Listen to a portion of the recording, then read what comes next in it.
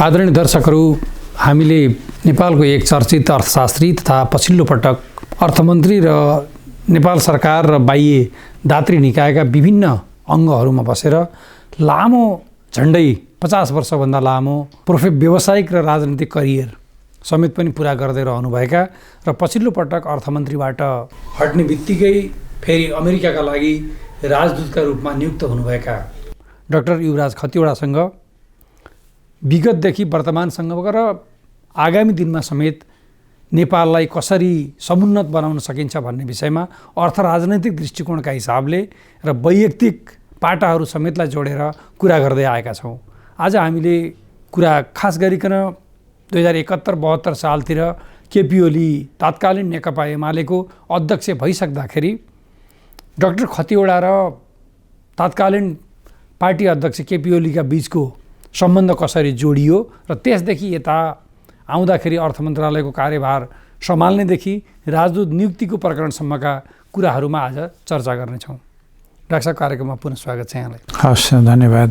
मैले अगाडि भने जस्तै यहाँले धेरै लामो समयसम्म र स्टुडेन्ट लाइफदेखि नै भनौँ न, विद्यार्थी कालदेखि चाहिँ विभिन्न व्यावसायिक काममा प्रोफेसनल करियरकै काममा समेत पनि जोडिँदै र उच्च ओहदाको काममा नेपाल राष्ट्र ब्याङ्कको गभर्नर, योजना आयोगको 2 पटकसम्मको उपाध्यक्ष समेत पनि बनिसकेको परिस्थिति थियो। र त्यही परिस्थितिमा यहाँले नेपालको लेफ्ट आन्दोलनमा महत्त्वपूर्ण व्यावसायिक योगदान गर्दै आउनुभएको थियो र सँगसँगै तात्कालीन नेकपा एमालेसँग पनि यहाँ धेरै नजिक बसेर त्यसको नेताहरूसँग नजिक बसेर काम गर्दै आउनुभएको थियो। तर परिस्थिति यस्तो थियो कि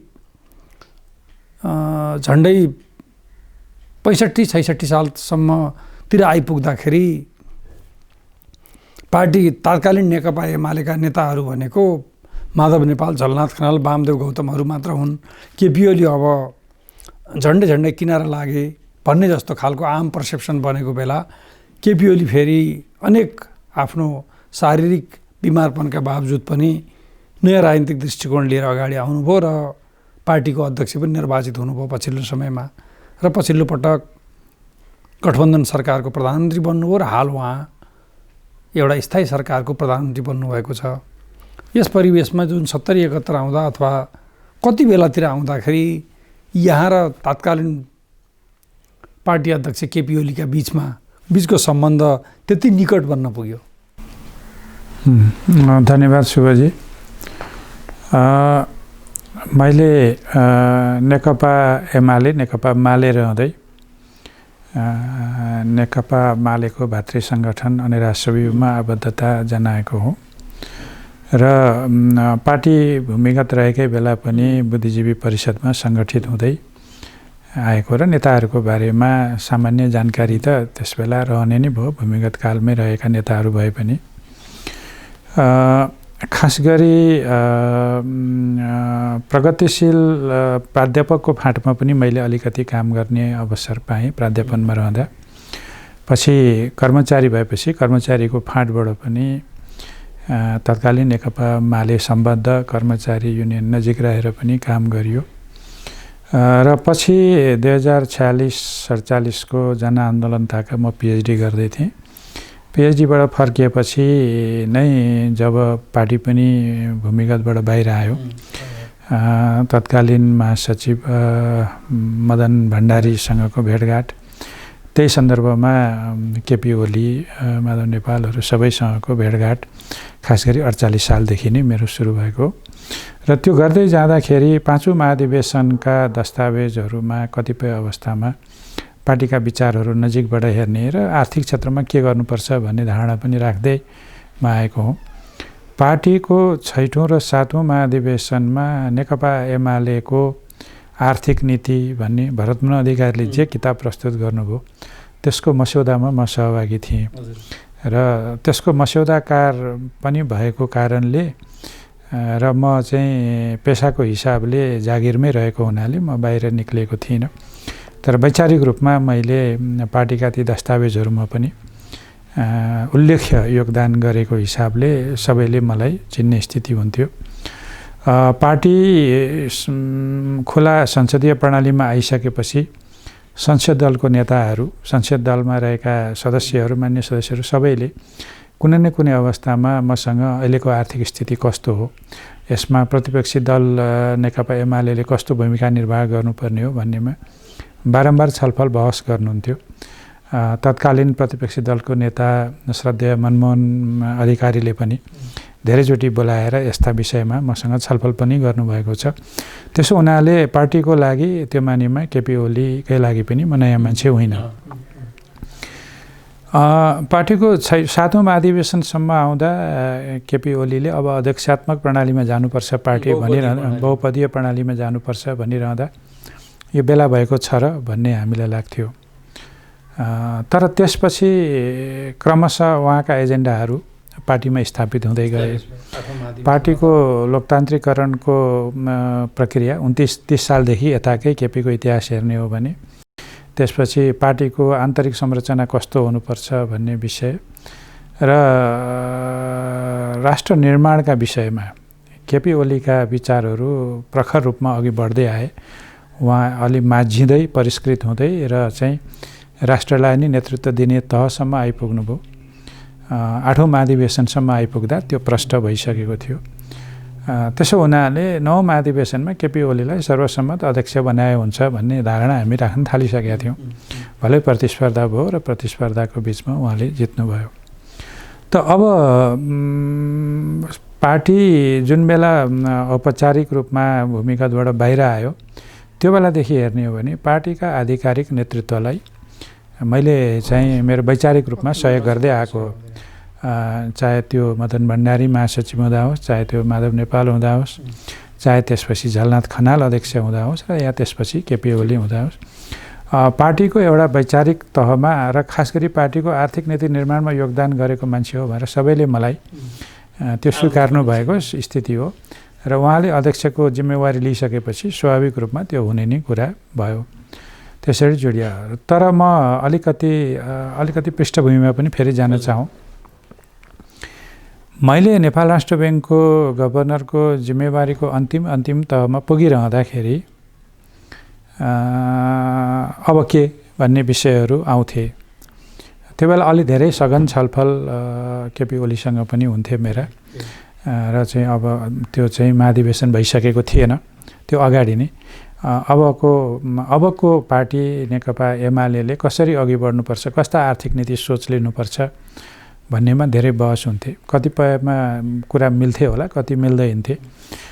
तर पनि हामी सघन बहसमा नै हिँडिराख्यौँ र त्यसरी हिँडिराख्दाखेरि र म गभर्नरबाट चाहिँ जब पदावधि सिद्धिएर बाहिर आएँ र केही विचारहरू मेरा आउन थाले, अनि कुनै साप्ताहिकहरूले लेख्न थाले, कुनै अनलाइन भर्खर अगाडि पनि लेख्न थाले। अब यो मान्छे चाहिँ भोलि केपी ओलीको अर्थमन्त्री हुने मान्छे हो भनेर केपी ओलीलाई प्रोजेक्ट गर्ने मान्छेले स्वाभाविक रूपमा मेरो पनि प्रोजेक्सन गर्न थाले। त्यसैले हामीलाई कसैले त्यसरी पनि जुटायो र धेरै मान्छेले भने हाम्रो पार्टीमा वैचारिक रूपले आर्थिक एजेन्डा, विकासको एजेन्डा, समाजवादतर्फको एजेन्डालाई अघि बढाउने कुरामा तपाईँले अगाडि बढ्नु भएर राजनीतिक रूपमा आउनुभयो भने हामीलाई सहयोग पुग्छ, अघि बढ्नुहोस् भन्नेमा धेरै नेताहरू हुनुहुन्छ। अहिलेको महासचिव विष्णु पौडेल, उहाँले मलाई सधैँ उत्प्रेरित गरिरहनु भएको हो। तत्कालीन महासचिव ईश्वर पोखरेल, उहाँले सधैँ उत्प्रेरित गर्नुभएको। माधव नेपाल स्वयंले पनि यसमा अघि बढ्नुपर्छ भनेर चाहिँ दृष्टिकोणै बनाएर लाग्नुपर्छ भन्नुभएको हो। झलनाथ खनाल आफै पनि उहाँ प्रधानमन्त्री हुँदा होस्, त्योभन्दा अगाडि कुनै पनि जिम्मेवारीमा हुँदा होस्, एउटा जिम्मेवारी मलाई दिएर तपाईँले यो चाहिँ काम अघि बढाउनुपर्छ भन्नुभएकै हो। त्यसो हुनाले पार्टीको आधिकारिक वैचारिक पक्षलाई अघि बढाउने कुरामा को अध्यक्ष हुन्छ भन्दा पनि विचारलाई अघि बढाउने कुरामा अघि आएको हो। तर म जब गभर्नरबाट निक्लेँ, अब अलिअलि राजनीतिक क्षेत्रमा योगदान गर्नुपर्छ भन्ने मलाई थियो। संविधान बन्यो, भैँचालोले अलिकति अप्ठ्यारो पार्यो। हामी सबै संविधान बनाउनेतिर जोड्यौँ र हामी पनि भैँचालो पछिको अर्थतन्त्र कस्तो हुन्छ भन्नेमा लाग्यो। अनि त्यही क्रममा सरकार परिवर्तन भयो र केपी ओली प्रधानमन्त्री हुनुभयो।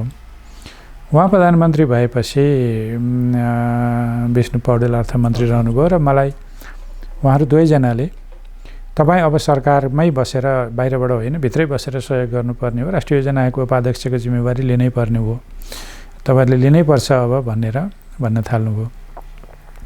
मैले भने अब हाम्रो प्रधानमन्त्री श्रद्धेय अध्यक्ष केपी ओली म कक्षा दोहोऱ्याउँदिनँ भन्नुहुन्छ। अनि म चाहिँ कक्षा दोहोऱ्याइरहनु, म त पहिले उपाध्यक्ष भइसकेका मान्छे हो। यो कक्षा दोहोऱ्याउने काम त मलाई उपयुक्त लाग्दैन। मलाई अर्को जिम्मेवारी दिनुहोस् या म पार्टीकै अरू काममा लागौँला भने मैले। तर हामी अप्ठ्यारो अवस्थामा सरकारमा थियौँ, संयुक्त सरकार थियो। भर्खरै संविधान बनेको अवस्था थियो। अनि त्यसपछि भूकम्प पछिको पुनर्निर्माणको यावत कामहरू गर्नुपर्ने थियो। अनि भूकम्प पछिको पुनर्निर्माणको पनि तत्कालीन काम जिम्मेवारी हेर्ने गरी तपाईँ योजना आयोगको उपाध्यक्षमा बस्नुहोस् भनेपछि मैले नाइ भन्न सकिनँ, किनभने त्यो गहन जिम्मेवारी थियो। र वित्त आयोग पनि गठन गरेर वित्त आयोगको संरचना पनि अघि बढाउनु पर्ने अवस्था पनि थियो त्यो बेला। यी सबै कुराले गर्दाखेरि मलाई अब 3-4 कुरा मलाई प्रस्ताव गरियो। प्रधानमन्त्रीको आर्थिक सल्लाहकार बन्ने कि वित्त आयोगको अध्यक्ष बन्ने कि त्यसपछि गएर योजना आयोगको उपाध्यक्ष बन्ने कि यस्तै अनि पुनर्निर्माण प्राधिकरणको सिइओ बन्ने कि भने जस्तो हो। र मैले सरकारमा बसेरै काम गर्नुपर्छ भने अरू सबै प्राविधिक प्रकृतिका काम हुन्, इन्जिनियरिङ प्रकृतिका काम हुन्। म योजना आयोगै फेरि गएर सहयोग गर्छु नि त भनेर म योजना आयोगमा दोस्रो कार्यकाल इन्ट्री भएँ। त्यो बेला उहाँसँग धेरै नजिकमा र धेरै गहन कामहरूको थालनी गरियो। मलाई अहिले पनि सम्झना छ, हामीले त्यो बेला चाहिँ केही दूरगामी प्रकृतिका कामहरू सुरु गऱ्यौँ। एउटा त भैँचालो भूकम्प पछिको पुनर्निर्माण कामलाई गति दिने कुरामा अलिकति राम्रै संस्थागतै प्रयास गरियो, जसको नतिजा अहिले 4 वर्षमा पुनर्निर्माणको मोटामोटी काम सम्पन्न हुने अवस्थामा छ। दोस्रो चाहिँ तराई मधेस चाहिँ विकासमा पछाडि पर्यो भन्ने एउटा एक किसिमको आग्रह र केही हदसम्ममा सामाजिक क्षेत्रमा हेर्ने हो भने त्यो यथार्थ पनि थियो। त्यसो हुनाले तराई मधेसमा राज्यको दृष्टिकोण अझ सुदृढ गर्दै बलियो बनाउँदै र विकास परियोजनाहरूमा प्राथमिकता दिएर जानुपर्छ भन्ने कुरामा त्यहाँ चाहिँ प्रधानमन्त्री केपी शर्मा ओलीले जे दृष्टिकोण राख्नुभयो र हामीलाई यो बाटोबाट अघि बढ्नुहोस् भन्ने हो। त्यसको आजसम्म पनि राम्रो किसिमले तराईका जिल्ला सदरमुकाम जोड्ने सडकहरू, तराईका जिल्ला सदरमुकामको शहरी विकासका कार्यक्रमहरू, तराईमा जनता आवासदेखि अहिले लिएर सुरक्षित आवासका कामहरू, नदी नियन्त्रणका कामहरू र शिक्षा स्वास्थ्यमा गरिएका सुधारहरू, यी कुराहरूले राम्रो एउटा गति प्राप्त गर्न सक्यो।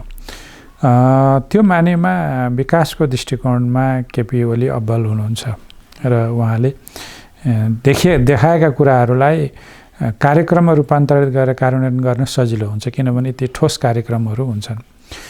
त्यो र त्यसरी योजना आयोगको उपाध्यक्षको रूपमा बसिरहँदा तत्कालीन योजनाको एउटा आधारपत्र तयार गर्नेदेखि लिएर यतातिर पुनर्निर्माणको कामलाई अघि बढाउन सहयोग गर्ने र केही हदसम्म चाहिँ अन्तर्राष्ट्रिय दात्री निकायहरूसँग पनि समन्वय गरेर हाम्रो सरकारको कामलाई अघि बढाउने र सरकारका कतिपय आन्तरिक समस्याहरूलाई पनि नजिकबाट समाधान गर्नमा मेरो भूमिका रह्यो। त्यसमा अर्थमन्त्रीले सधैँ नै तत्कालीन अर्थमन्त्रीले मलाई सधैँ नै साथ लिनुभयो र कुनै पनि हाम्रा शासकीय समस्याहरू पर्दा म प्रधानमन्त्री र अर्थमन्त्री सँगै रहेँ। त्यसले गर्दा पनि त्यो अवसर प्रधानमन्त्रीले मलाई अझ नजिकबाट चिन्ने 2-3 हिसाबले, एउटा निर्णय क्षमताको हिसाबले, दोस्रो दृष्टिकोणको हिसाबले, तेस्रो भनेको चाहिँ इन्टिग्रिटी र सदाचारिताको हिसाबले, राष्ट्रिय स्वार्थमा कोहीसँग कम्प्रोमाइज गर्दैन यो मान्छे र कुनै कसैको दबाब या चाहिँ प्रलोभनमा यसले काम गर्दैन भन्ने कुरा चाहिँ उहाँले त्यो बेला पनि नजिकबाट मलाई हेर्न पाउनुभयो र सम्भवतः त्यसैको एउटा छाप होला। तपाईँलाई चाहिँ अब के दिने, तपाईँ त अब पेन्सन खाने मान्छे भएकोले तलब पनि नखाने। मैले त्यो बेला पनि राष्ट्रिय योजना आयोगमा हुँदा पनि मैले चाहिँ त्यो निर्णय भएको थियो तत्कालीन, पेन्सनरले तलब नलिने भनेपछि मैले लिएको थिइनँ। तपाईँलाई एउटा सम्मान गर्नु पर्यो भनेर स्वीकृतिमय राष्ट्रदीप सिफारिस गराउनु भयो र राष्ट्रपतिबाट म सुशोभित पनि भएँ। त्यसबाट नै थाहा हुन्छ उहाँले मेरो कार्यकुशलता र इमान्दारिताप्रति अत्यन्तै विश्वास गर्नुभएको हो र जुन बेला अब हामी सरकारबाट बाहिर भयौँ र त्यसपछि फेरि अब चुनावको माहौल सुरु भयो, निर्वाचनको माहौल सुरु भयो, स्थानीय निर्वाचनको घोषणापत्र तयार गर्ने, त्यसपछि प्रतिनिधि सभा र प्रदेश सभाको निर्वाचनको घोषणापत्र तयार गर्ने, त्यसलाई अन्तिम रूप दिने काममा लाग्यो र लागिरहँदाखेरि पार्टीका दृष्टिकोणहरू र त्यसमा हाम्रा कुराहरू यिनै हुन् है, हाम्रो सोचहरू यही हो भन्ने कुरामा हामी सहमत र चाहिँ एक किसिमले स्वीकार्य सबैलाई भएपछि सम्भवतः उहाँले अब मेरो अर्थमन्त्री यही हुने हो भनेर सोच्नु भएको थियो होला। त्यसरी चाहिँ एउटा व्यावसायिक क्षेत्रबाट राजनीतिक क्षेत्रसँग सहकार्यको अवस्थाबाट पार्टीको अध्यक्षलाई सहयोग गर्दाखेरि सायद त्यो सहयोग प्रभावकारी भएको कारणले उहाँले केही उच्च शीर्षस्थ पार्टीका पदाधिकारीहरूको पनि अर्थमन्त्री हुने इच्छा प्रकट भएकै थियो। त्यो बिचमा पनि यो प्राविधिक पनि विषय हो, प्राविधिक राजनीतिक हो, अर्थ राजनीतिको कुरा प्राविधिक पनि विषय जोडिएर आउँछ र हामीलाई छिटो नतिजा निकाल्नु छ। त्यसकारण चाहिँ ह्यान्डसन भनिन्छ नि, एउटा हातमै सिप भएको व्यक्तिलाई नै अर्थमन्त्री बनाऊ र चाहिँ उहाँलाई नै बनाऊ भन्ने कुराले मलाई पिकअप गर्नुभएको होला। जस्तो त्यो बेलामा डाक्टर साहब यहाँलाई चुनाव चलिराखेको थियो, सबै भएको थियो, अघि यहाँले पनि भन्नुभयो कि थुप्रै पार्टीका वरिष्ठ नेताहरू पनि त्यो स्थायी सरकारको यति ठुलो बहुमत प्राप्त सरकारको अर्थमन्त्री हुन इच्छुक हुनुहुन्थ्यो, जुन पब्लिकली सार्वजनिक रूपमा पनि देखिया थियो। र यहाँ प्रतिनिधि सभाको चुनाव पनि लड्नु भएको थिएन, राष्ट्रिय सभाको निर्वाचन हुने क्रममा थियो, राष्ट्रिय सभाको निर्वाचन प्रक्रिया पनि सकिन थालिसकेका थियो। यहाँलाई लागेको थियो म अर्थमन्त्री हुन्छु होला अथवा मलाई अर्थमन्त्रीको अफर हुन्छ होला भन्ने? अनि त्यो चाहिँ मैले अनुमान चाहिँ गर्न सक्थेँ। मैले अनुमान किन गर्न सक्थेँ भने पहिलो कुरा त चुनावको तयारीको बेलादेखिको हेरौँ, चुनावको घोषणापत्रको मस्यौदा जुन बन्यो र बाहिर आयो त्यो चाहिँ अनौठो प्रकारको थियो। मुलुकले 20-30 वर्षमा पनि गर्न नसक्ने र कतिपय गर्न नहुने कुराहरू समेत मस्यौदामा थिए। त्यो देखिसकेपछि मैले उहाँलाई गएर के भने यो चुनावी घोषणापत्रको मस्यौदा यही रूपमा बाहिर आउने हो भने कमसेकम मैले चाहिँ यसको प्रचार गर्न सक्दिनँ भनेको थिएँ। एउटा प्रसङ्ग। तर त्योभन्दा पनि महत्त्वपूर्ण प्रसङ्ग के भने सरकारबाट अलि एक किसिमले भन्ने हो भने शब्द त म त्यो प्रयोग गर्न चाहन्न, अलि बेइज्जतीपूर्ण ढङ्गले पनि केपी ओली सरकारबाट त्यो बेला बाहिर निक्लिनु भएको। त्यसो हुनाले अब हामी फेरि पार्टीलाई बलियो बनाएर त्यतिखेरसम्म हाम्रो पार्टी एकताको त प्रसङ्ग पनि थिएन। हामी नेकपा एमाले सिङ्गो सबैभन्दा ठुलो पार्टी हुने हाम्रो चाहिँ सबै लक्ष्य हो र हाम्रो बहुमतको पनि लक्ष्य थिएन, किनभने हामीलाई संविधानले जुन दुई किसिमको चाहिँ शासकीय संरचना, जुन किसिमको चाहिँ निर्वाचन प्रक्रिया छ त्यो समानुपातिक समेतको कारणले हामी चाहिँ 240 मा 120 सिट जिते पनि फेरि हामी चाहिँ जाउँला त्यो समानुपातिकबाट पनि बहुमत ल्याउँला भन्ने स्थिति त थिएन।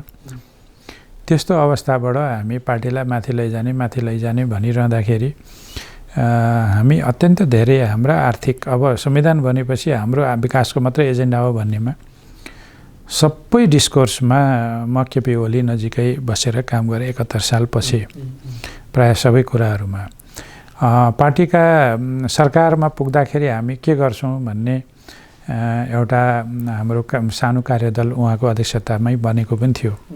त्यसमा प्रदीप गेवाली, शङ्कर पोखरेल, विष्णु रिमाल, राजन भट्टराई, म लगायतको साथीहरू थियौँ। त्यसैलाई हामीले एउटा पछिल्लो कालमा एउटा रूप दिएर विक्रम सम्वतको 2049 सालमा हामी कहाँ पुग्न सक्छौँ भन्ने चाहिँ हामीले दृष्टिकोण बनाउनुपर्छ भनेर त्यो तयारी गराउने काम पनि उहाँले मलाई नै दिनुभएको थियो। त्यो भिजनलाई प्रस्तुत गर्नेमा मुख्य भूमिका मेरै रह्यो र मेरै दृष्टिकोणहरू त्यहाँ छलफलमा आएर अधिकांश कुराहरूमा सहमति भए। आजपर्यन्त त्यो पार्टीकै भिजन हो भन्ने रूपमा बुझ्दा पनि हुन्छ। यद्यपि त्यसले औपचारिकता ग्रहण गर्न सकेन, तर पनि हामीले त्यो भिजन चाहिँ थप कुराहरू हामीले 40-50 सम्भवतः 100 भन्दा बढी व्यक्ति त्यहाँ हुनुहुन्थ्यो होला, तर 40-50 जना मान्छेको राय सुनिसकेपछि यिनले भनेको भन्दा नौलो कुरो त कुनै आएन भनेपछि यी मान्छे ठिक रहेछन् भन्ने त त्यतिखेर प्रधानमन्त्रीलाई केपी ओली अध्यक्षलाई लाग्यो होला नि त। त्यो पनि प्रसङ्ग छ। त्यसपछि विभिन्न चरणमा पार्टीका दस्तावेजहरू लेख्ने क्रममा र खास गरी 9औं अधिवेशनको दस्तावेजमा समानान्तर दस्तावेजहरू बन्न लागेको सन्दर्भमा पनि मैले अलिकति क्रिटिकलै भूमिका निर्वाह गरेर उहाँहरू एउटै दस्तावेज लिएर पार्टीमा राजनीतिक प्रतिवेदन, आर्थिक प्रतिवेदन एउटै लिएर जान सम्भव भयो। त्यो पनि नजिकबाट उहाँले हेर्नुभएकै हो, बुझ्नुभएकै हो। र उहाँले चाहिँ बारम्बार भन्ने गर्नुहुन्थ्यो, तपाईँले मेरै विचार त फलो गर्नुहुँदो रहेछ नि भनेर। मैले भने तपाईँका विचारहरू अहिले ठिक हुँदाखेरि फलो नै गरिया हो, भोलि विचार बिग्रियो भने त के हुन्छ पनि भन्ने गरिएको पनि हो। त्यसो हुनाले पार्टीका केही जिम्मेवारीहरू मलाई दिइरहँदाखेरि उहाँले मलाई अलि विश्वासै गरेको भन्ने अनुभूति पहिले पनि हुन्थ्यो। उहाँहरू निर्वाचनमा लाग्नुभयो। म निर्वाचन परिचालन कमिटीमा पनि थिएँ त्यतिखेर एमालेको तर्फबाट। त्यहाँ पनि धेरै काम गरियो। प्रचार सामग्रीहरू, श्रव्यदृश्य सामग्रीहरू, पाठ्य सामग्रीहरू बनाइयो र त्यसको पार्टीको दृष्टिकोण र हाम्रा एजेन्डाहरू चाहिँ लिएर जानेमा धेरैले त्यो काममा त्यति लाग्नु भएन। बौद्धिक भनिएका साथीहरू, अरू मान्छे आफ्नै चुनाव क्षेत्रमै व्यस्त हुनुभयो। त्यसकारणले त्यो बेलाको भूमिका पनि मेरो एउटा प्रभावकारी रह्यो।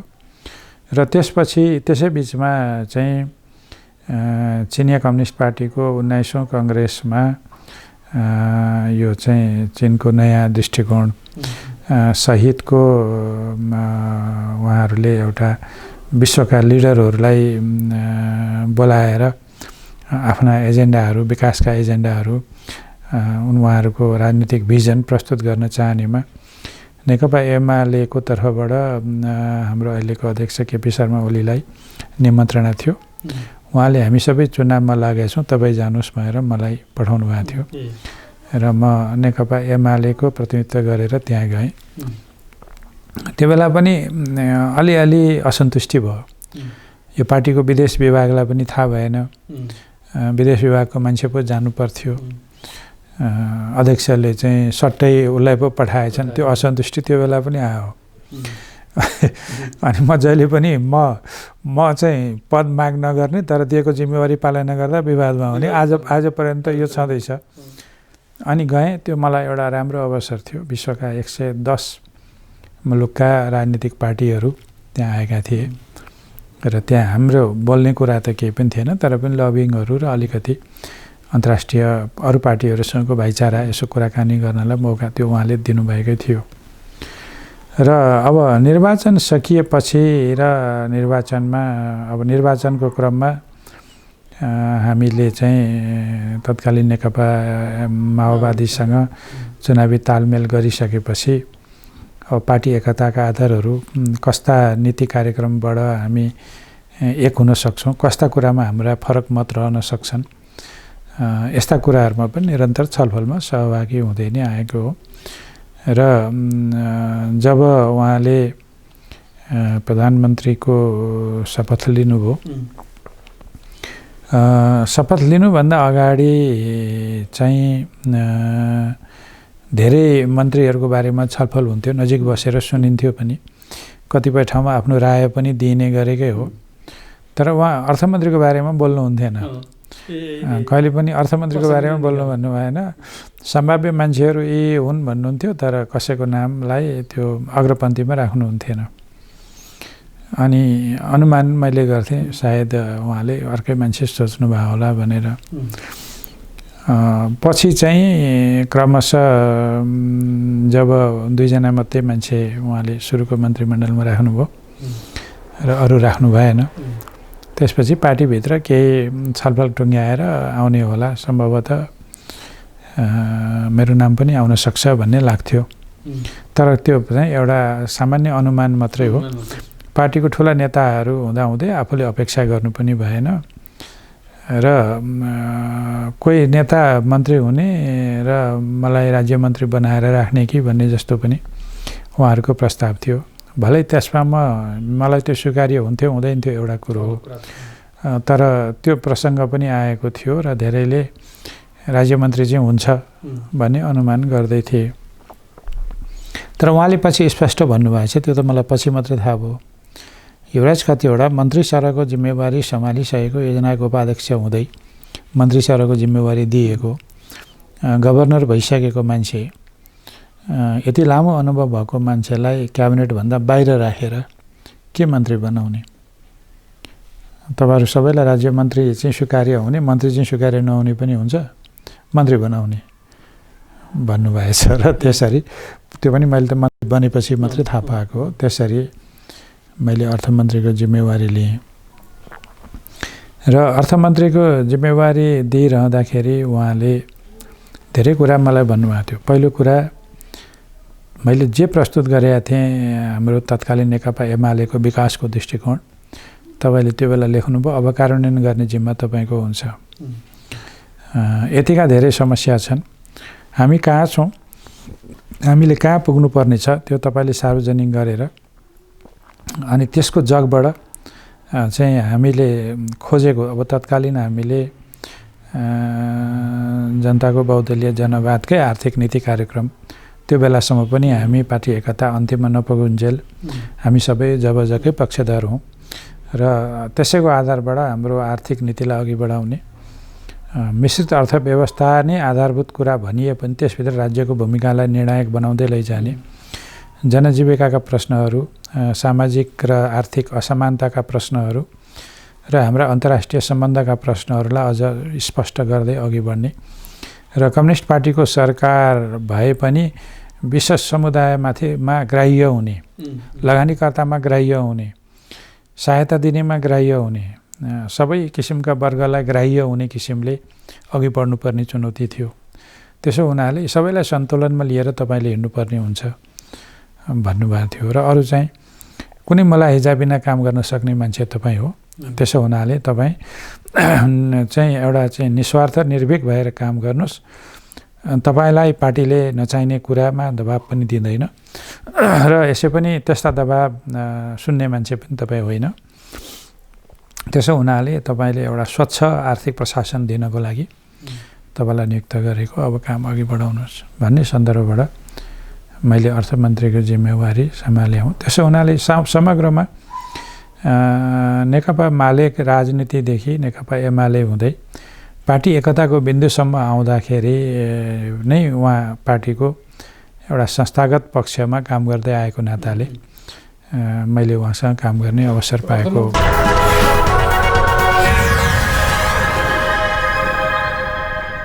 आर्थिक राजनीतिक प्रणाली स्थापना गर्नुपर्ने दायित्व र साधन स्रोतका हिसाबले भन्यो भने देश झन्डै झन्डै खोक्रो जस्तो परिस्थिति बनेको जस्तो, त्यस्तो जस्तो अवस्थामा यो परिस्थितिबाट यो परीक्षामा भनौँ न, अरू त सबै परीक्षा पास हुँदै आएको, यो परीक्षामा साँच्चीकै पास हुन सकिएला वा नसकिएला भन्ने तपाईँको मनमा त्यस्तो केही लागेको थियो? त्यसमा दृढ विश्वास थियो। किनभने पहिलो कुरा, हामी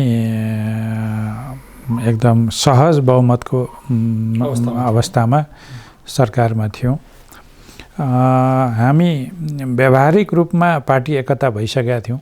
चुनावी तालमेल गरेर एउटै घोषणापत्र लिएर चुनाव लडिसकेका थियौँ, एउटै चुनावी प्रचार सामग्री लिएर हिँडिसकेका थियौँ, एउटै स्टेजमा भाषण गरिसकेका थियौँ। अब त्यसको खालि कानुनी वैधानिक पक्षमा, पार्टी एकताको पक्षमा प्राविधिक टुङ्ग्याउनु मात्रै बाँकी थियो।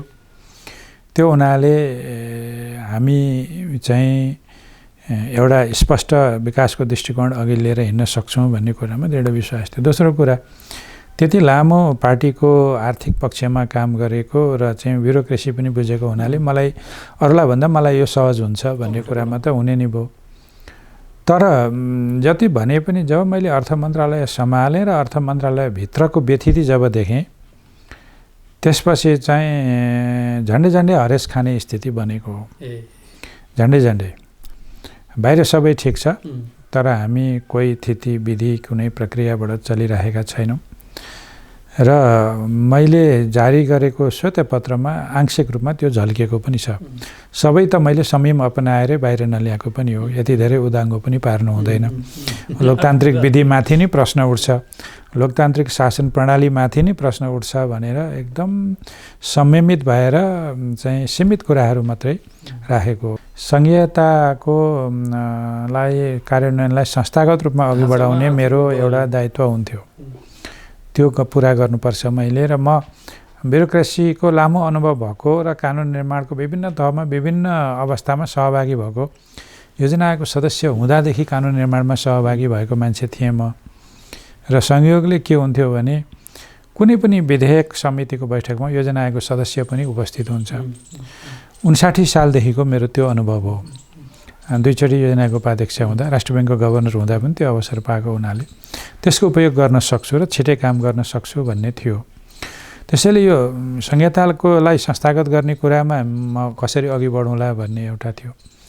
दोस्रो चाहिँ वित्तीय संहिताको नाममा जम्मा मोटामोटी स्थानीयत सञ्चालनको ऐन एउटा बनेको थियो र कर्मचारी समायोजन ऐन एउटा बनेको कारणले अलिकति केही गर्न सकिन्छ कि भन्ने थियो। त्यो पनि अलि विकृत रूपमा बनिएको थियो, अरू कुनै कानुनहरू बनिएको थिएनन्।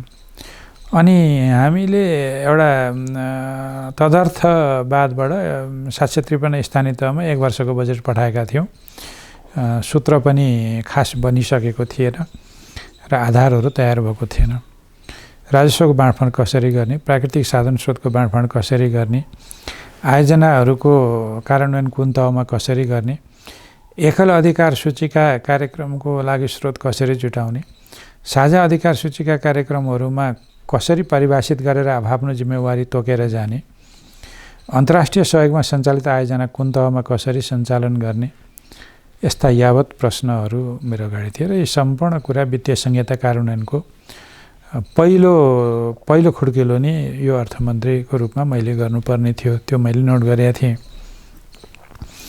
तेस्रो कुरा भनेको चाहिँ लामो समयको राजनीतिक सङ्क्रमण, त्यसपछिको संवैधानिक सङ्क्रमण। यो दुईटै कारणले गर्दाखेरि निजी क्षेत्र सरकारको नीतिप्रति विश्वस्त हुन नसकेको, लगानीको वातावरण बलियो नभएको र समग्रमा लगानीको वातावरण कमजोर हुँदा आर्थिक वृद्धि पनि कमजोर भएको स्थिति थियो। र अब निजी क्षेत्रलाई विश्वासमा लिएर लगानीको वातावरण कसरी सुधार गर्ने र दोहोरो अङ्कको आर्थिक वृद्धिमा पुग्ने तयारी कसरी गर्ने भन्ने मसँग एउटा चुनौती थियो। र त्यो सँगसँगै राज्यका अरू सरकारवालाहरू, सहकारी सामुदायिक क्षेत्रलाई पनि सँगसँगै अघि लानुपर्ने कुरा, अझ व्यवस्थित ढङ्गले अघि लानुपर्ने भन्ने कुराहरू थियो। हामीले भनिसक्यौँ, घोषणापत्रमा लेखिसक्यौँ, सरकार भनिसक्यो, अब समाजवाद त आयो त होइन। अब कहीँ चालचुलै केही देखिँदैन, यसरी पनि आउँछ भन्ने। समाजवादतर्फको यात्रा बहुत लामो हो साथी हो, यो स्टेज पार गर्नुपर्छ भनिरहनु भएको छ नेता, हाम्रा शीर्ष नेताहरूले। तर पनि केही नेताहरूकै बिचमा फेरि होइन यसरी त कहीँ पनि पुगिँदैन भन्ने कुरा आइरहेछ। हामी मूलत उत्पादनका साधनको सामूहिकीकरण गर्नमा जोड गरिरहेका छौँ। राष्ट्रिय पुँजी निर्माण, राष्ट्रिय अर्थतन्त्रलाई सुदृढ बनाउनलाई आयात प्रतिस्थापन गर्नेदेखि लिएर घरेलु उद्योगहरूको विस्तार गर्ने कुरा गरिरहेका छौँ। मुलुकभित्रै श्रमका अवसरहरू सिर्जना गर्ने कुरा गरिरहेका छौँ, बचत बढाउने कुरा गरिरहेका छौँ। यही कुराले क्रमशः हाम्रो भौतिक निर्माणहरू पनि अघि बढ्दै जाँदाखेरि अनि बल्ल जग बस्छ। अब स्टेपहरू चाहिँ नबुझ्दाखेरि, हतार गर्दाखेरि चाहिँ छिटो सरकारले डेलिभर गर्नुपर्थ्यो भन्ने नगरेको विषयमा पनि एउटा असन्तुष्टि। अर्को विषय चाहिँ के हो भने वास्तवमै बहुमतको सरकार छ, यति ढिलो किन? त्यो चाहिँ हामीलाई पनि लाग्छ, हामी सबैलाई लाग्छ। अब त हाम्रो कमान्डमा सबै रहनुपर्ने हो नि, सबै त भइहाल्नुपर्ने हो नि भन्ने। तर होइन, भन्ने गर्नुहुन्छ नेताहरूले। सरकारमा मात्रै हाम्रो बहुमत छ, राज्य प्रणालीमा त हामीले बहुमत कायम गरेर ल्याएको होइन नि, होइन। अदालतमा हामी बहुमत स्थापित गरेर बस्या पनि होइन, होइन। अनि कानुन निर्माण पनि टक्क आजको भोलि नै हुनेवाला छैन। अनि यति धेरै कानुन निर्माण नगरिकन विधि परिवर्तन नहुने, त्यो विधि परिवर्तन गर्नलाई हाम्रो प्राथमिकता अघि मैले भने नि संविधानसँग बाजिने कानुन र केही हाम्रा मौलिक हकलाई कार्यान्वयन गर्ने कानुनहरूमा धेरै ध्यान दिनु पर्यो सुरुका वर्षमा। त्यो सबैले बुझ्नु नै भएको छ। त अब यति कुराहरू बुझिरहँदा तिनै तहको सरकारले काम गरिरहेछन्। शिक्षा, स्वास्थ्य, कृषिमा तल पनि लगानी भइरहेछ। उहाँहरूले धेरैले जे कुरा गर्नुहुन्छ सङ्घको सरकार मात्रै देख्नु भएको छ। त्यो 761मा 760वटा सरकार देख्नु भएको छैन क्या। समाजवादतर्फको यात्रामा 760वटा सरकारले के गर्दैछन् भनेर पनि त हेर्नु पऱ्यो। अघि मैले भनेको कुरा फेरि यहाँ दोहोऱ्याएँ। त्यो नहुँदाखेरि खोइ सरकारले यो गरेन ऊ गरेन भन्ने कुराहरू मात्रै यहाँ आउँछ। तर हामीले त जिम्मेवारी, अधिकार, स्रोतको बाँडफाँड गरिसकेका छौँ। त्यस आधारले समाजवादको जग निर्माण गर्ने कुरा पनि त बाँडफाँड भएको छ नि त। त्यो बाँडफाँडलाई पनि बिर्सिनु भएको छ। र यो रातारात हुने कुरा होइन है, यो समय लाग्छ। हामीले एउटा विरासत जुन बोकेका छौँ, कर्मचारी तन्त्र त्यही छ, हाम्रो अदालती र विधिका प्रक्रियाहरू त्यही छन्, हाम्रा कानुन पास हुने प्रक्रिया त्यही छन्। हेर्नुहोस् त, एउटा विधेयक मैले पास गर्दाखेरि मैले 18वटा स्टेप घटीमा पार गर्नुपर्छ। 18वटा स्टेप संसदमै 2टा सदनमा गरेर 12-14 चोटि त रोस्टममा तलमाथि गर्नुपर्छ। प्रत्येकचोटि जवाफ दिन उक्लनुपर्छ। हेर्नुहोस्, अनि महिनौँ होइन वर्षौँ लाग्छ कानुन पास हुन।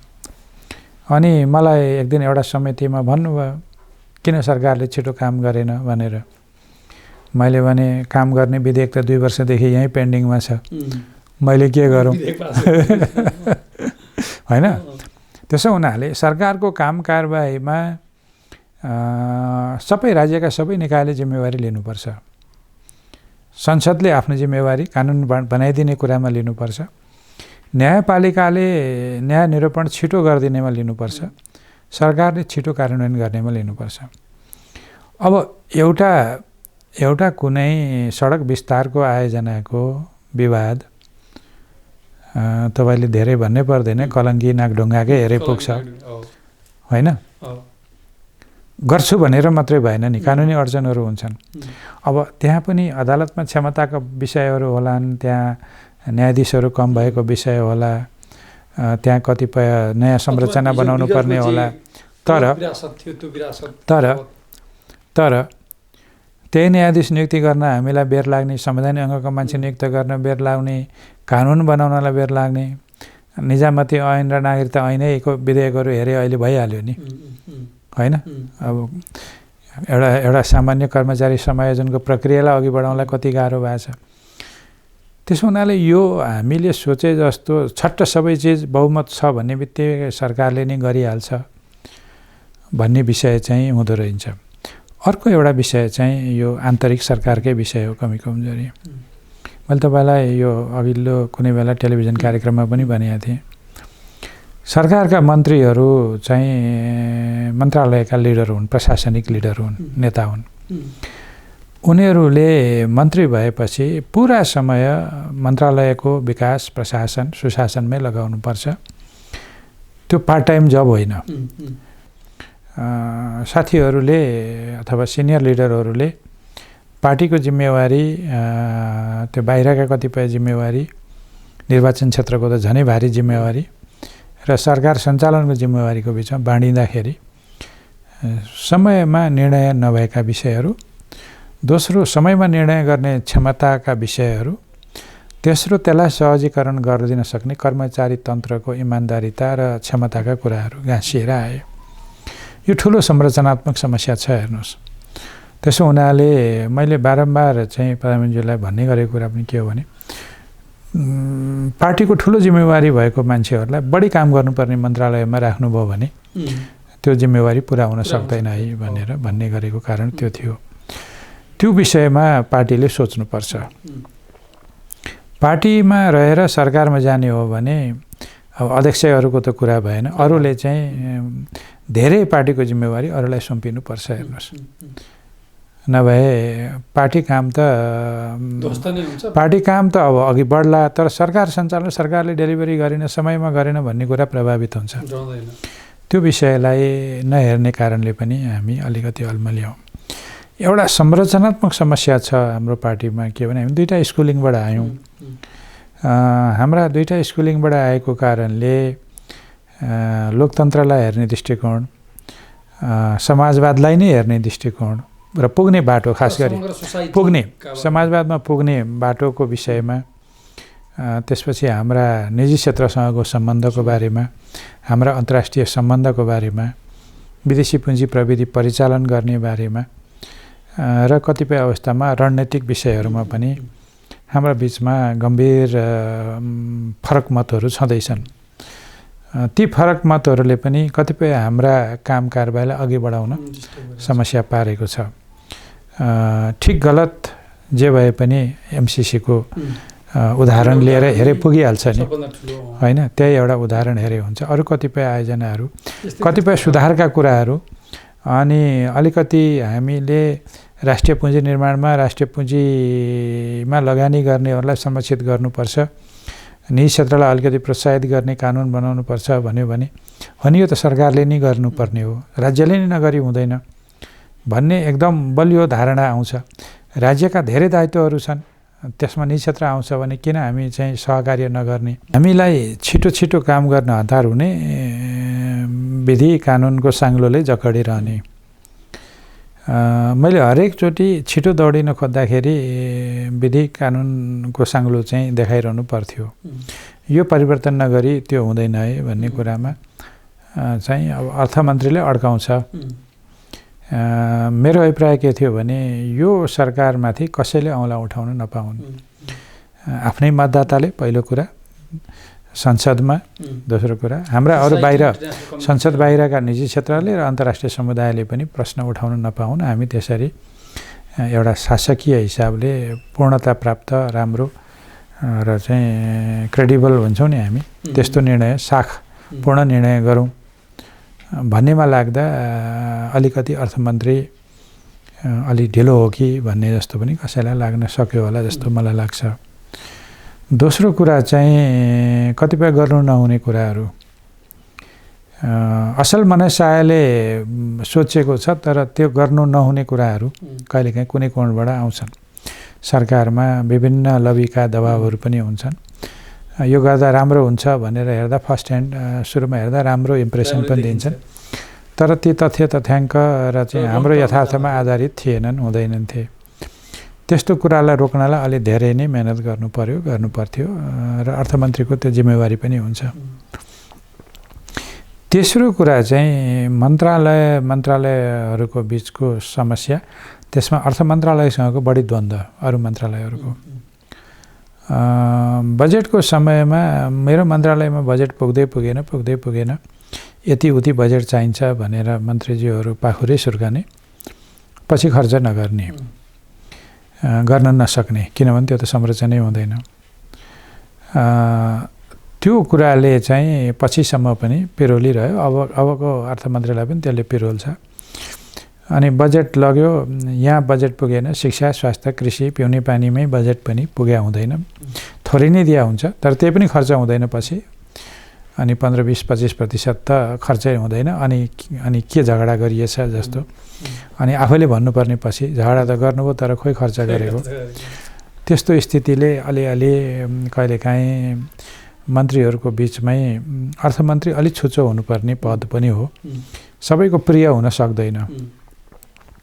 त्यो हिसाबले अत्यन्त सन्तुलित र संयमित हुनुपर्ने रहेछ भन्ने कुरा देखियो। त्यही कुरो प्रदेश र स्थानीय तहमा पनि लागु हुन्छ।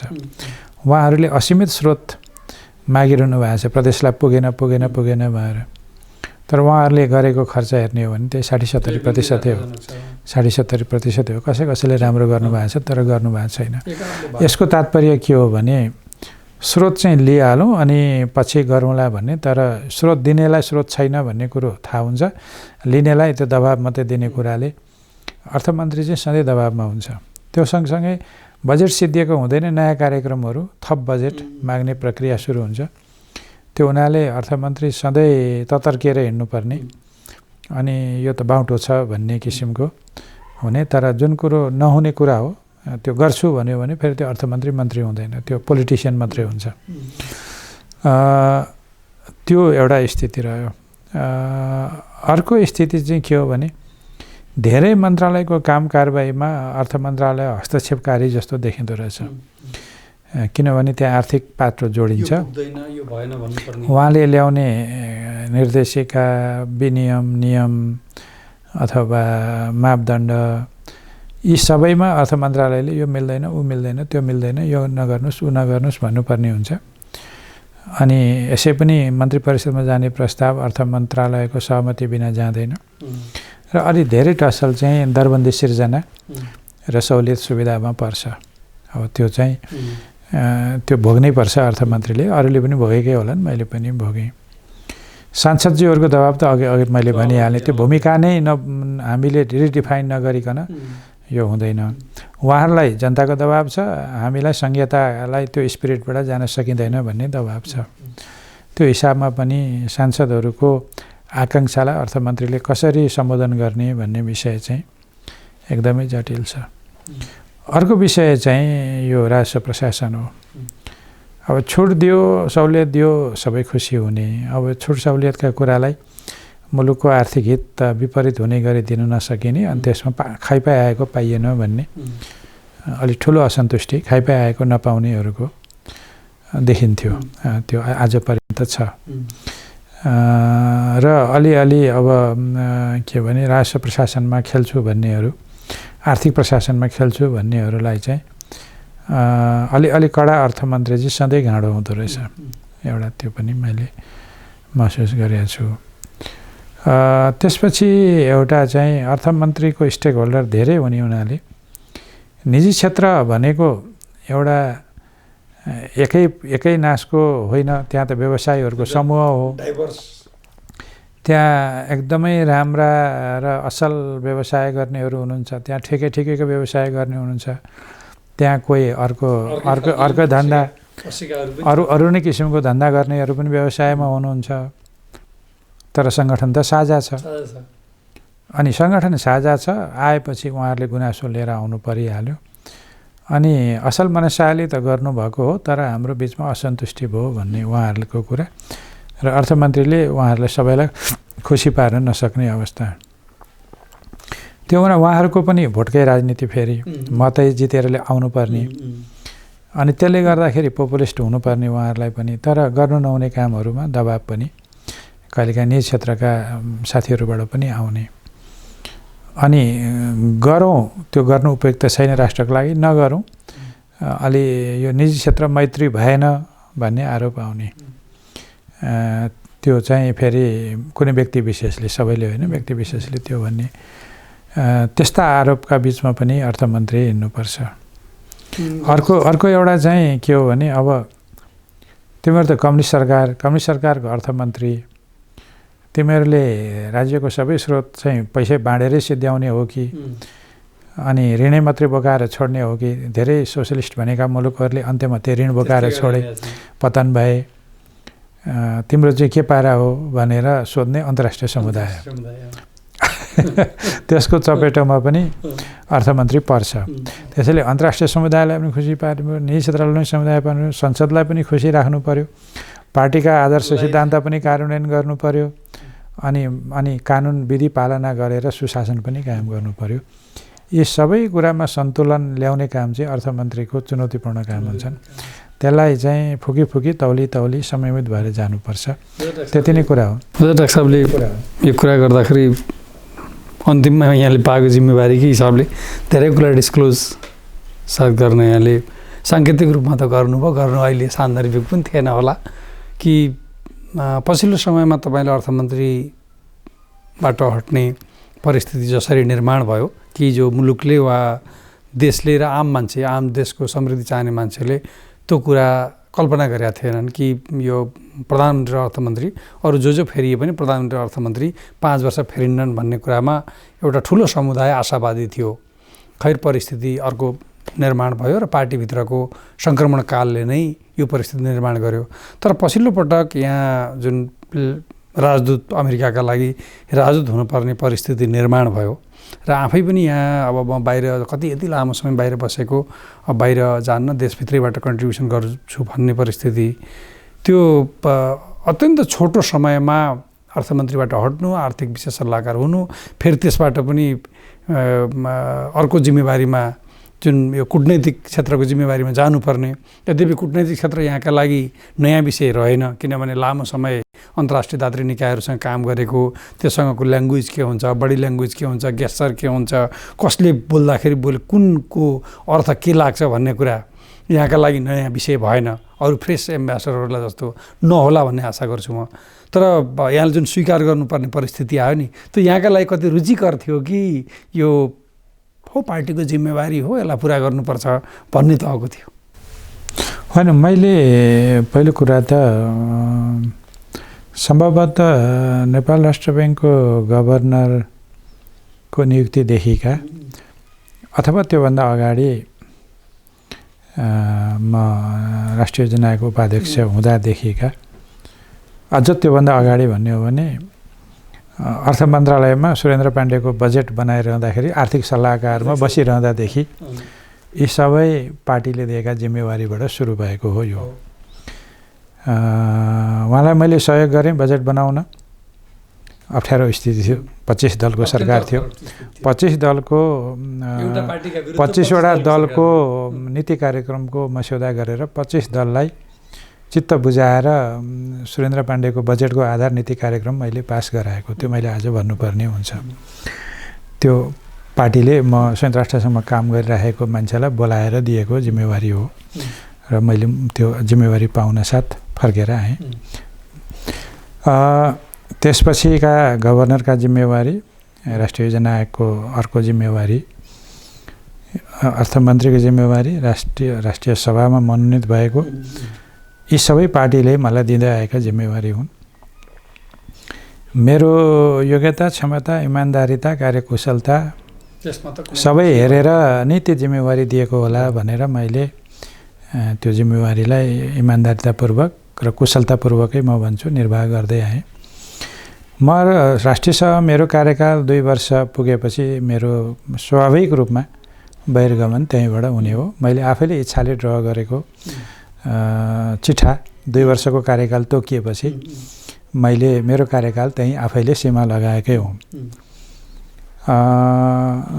तर अलि अप्ठ्यारो स्थितिमा मुलुक छ, तपाईँले निरन्तरतै दिनुपर्ने भयो। अरू अलिकति बजेट पास गरेपछि अनि छोड्नु होला भनेपछि मैले तेस्रो वर्षको मेरो बजेट पेश गरेँ र साउन 1 गतेबाट 2077 साउन 1 गतेबाट म छोडौँला भन्ने मलाई लागेको थियो। तर कोभिडको कारणले र त्यसपछिका कतिपय राजनीतिक घटनाक्रमले मैले प्रधानमन्त्रीज्यूलाई त्यो भन्ने अवस्था पनि रहेन र भनिन पनि। त्यसो भइसकेपछि 2 वर्ष 6 महिनासम्मको कानुनी अवधि मैले पुरा गर्ने नै भएँ र मैले त्यो कार्यकाल पुरा गरेर निक्लेपछि तत्कालमा अर्थमन्त्री प्रधानमन्त्री आफै हुनुभयो र अर्थ मन्त्रालय चाहिँ कस्तो छ भने अत्यन्त धेरै इन्गेज हुनुपर्ने, अत्यन्त धेरै काम गर्नुपर्ने मन्त्रालय भएकोले एक दिन पनि अर्थमन्त्रीको त्यहाँ चाहिँ एब्सेन्स चाहिँ ले एउटा काम ढिलो भइहाल्छ। त्यसो हुनाले प्रधानमन्त्रीले सबै म डे टु डे हेरेर भ्याउँदिनँ, तपाईँले आर्थिक सल्लाहकारको रूपमा मलाई सहयोग गर्नुपर्छ, तपाईँ बसिदिनुहोस्, अर्थमन्त्री अर्को नियुक्ति नहुँदासम्म र अर्को सहज स्थिति नहुन्जेलसम्म तपाईँले केही समय हेरिदिनु पर्यो भन्नुभयो। मैले बाहिरै बसेर पनि यो म गरिदिइहाल्छु नि भने, होइन यो त विधिसम्मतै हुनुपर्छ, कतिपय सचिवहरूसँग बैठक गर्नुपर्छ, कतिपय दात्री निकाय कूटनीतिक निकायसँग बैठक गर्नुपर्छ, तपाईँको एउटा चाहिँ पदीय रूप त चाहिन्छ, तपाईँ सल्लाहकारमै बस्नुपर्ने भयो भन्नुभयो र मैले चाहिँ अब प्रधानमन्त्री नै अर्थमन्त्री भएको हुनाले मैले त्यसलाई ठिक छ मैले सहयोग गर्छु भन्नुपर्छ मैले। र उहाँले त्यो सबै हेर्न सक्ने स्थिति पनि थिएन, किनभने राजनीतिक मुद्दा पनि त्यतिकै पेचिला बन्दै थिए र उहाँ अर्थमन्त्री रहन्जेलसम्म मात्रै मैले यो तपाईँ अर्थमन्त्री नरहनु भएपछि अथवा जिम्मेवारी अर्कालाई दिएपछि मैले त्यहाँ बसिराख्नु जरुरी छैन, मैले भनेकै हो। अनि अब त्यो बिचमा मलाई लाग्छ सम्भवतः उहाँले अर्थमन्त्री छिटै ल्याउने निर्णय गर्नुभएछ क्यारे। र यसको मनसाय पनि आर्थिक सल्लाहकारमा लामो बस्ने छैन, अहिले मलाई चाहिँ सहयोग गरे हो भने यसलाई उसलाई एउटा जिम्मेवारीमा पठाउँ। धेरै नेताहरूको राय पनि त्यही छ। पहिले पनि एउटा सम्मानजनक उहाँलाई चाहिँ कहीँ कतै सम्मानजनक रूपमा बहिर्गमन गराउँ भनिएकै हो भने अब अलि अगाडिदेखि नै अमेरिकाको राजदूतको पद खाली भएको र हामीलाई नै पनि राजदूत चाहिँ अब तपाईँहरूले खोज्नुहोस्, उपयुक्त मान्छेलाई नाम ल्याउनुहोस्, कोही देखिरहेको छैन भन्नुभएको र हामीले त्यो नसकेको त्यो अवस्थामा अनि चाहिँ उहाँले ल अब तपाईँ नै जानुहोस् भन्नुभयो। र त्यसमा मैले पार्टीमा विवाद नहोस् र मलाई आफैलाई पनि पदै के कति चाहिएको भन्ने आरोप नलागोस्, यसमा चाहिँ तपाईँले पार्टीमा स्पष्ट गर्नुपर्छ भनेर भनेपछि अनि उहाँले होइन यो त पार्टीमा हामी सल्लाह गरेरै गर्ने हो, तपाईँले अहिले नेपाल अमेरिका सम्बन्धलाई एउटा नयाँ उचाइमा लैजानु छ, हामी एउटा कम्युनिस्ट पार्टीको सरकार छ, विश्व समुदायलाई चिनाउनु पनि छ हामी कस्तो सरकार कस्तो पार्टी हौँ भनेर, सहयोगको वातावरण पनि बनाउनु छ, सबैभन्दा ठुलो द्विपक्षीय सहायता दिने अमेरिका हो, त्यसै गरी विश्व ब्याङ्क त्यहीँ छ, अन्तर्राष्ट्रिय मुद्रा कोष त्यहीँ छ, अरू मुलुकका पनि अरू एजेन्सीहरू त्यहाँ छन्, तपाईँले चाहिँ अलिकति परिचालन गर्न सक्नुहुन्छ, त्यस कारण तपाईँले जिम्मेवारी लिनुहोस् भनेपछि मैले स्वीकारेको हुँ।